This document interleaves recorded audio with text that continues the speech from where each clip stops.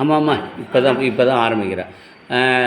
நம்முடைய வேட்டவளத்தில் இருக்கின்ற மலை கோவில் தாமஸ் கவான் டஃபி அவர்களால் தொடங்கப்பட்டது என்று பங்கு தந்தை கோவில் அறிவித்ததாக சொல்லியிருக்கின்றீர்கள். அதை பற்றி சொல்லுங்கம்மா. அதை பற்றி தான் அவர் சொன்னதுனால தான் அந்த இடம் கிடைச்சி.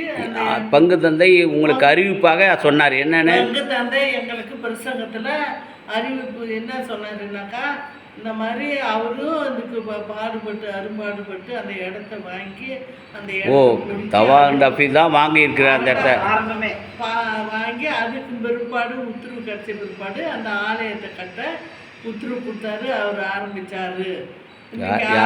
யார் ஆரம்பிச்சது?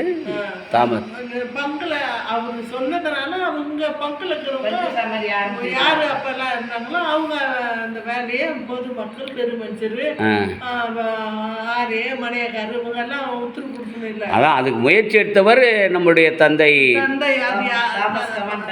அவர் தான் அவரு இதுன்னு மூலியமாக தான் அது கட்டுறது ஆகக்கூடிய. அப்போ யார் பங்கு சாமியாராக இருந்தாங்கன்னு எங்களுக்கு தெரியாது. இப்போ இருக்கிற சாமியார் இந்த விவரத்தை சொன்னார்.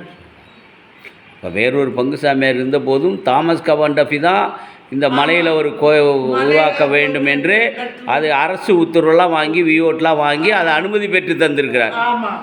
அது பெரிய சான்று தான். அதுக்கு பிறகு இன்னைக்கு அது புதன்கிழமையில் அந்த மலையில் பூசை நடக்குது. ஒவ்வொரு முதல் புதன்கிழமை நடக்குது பூசை.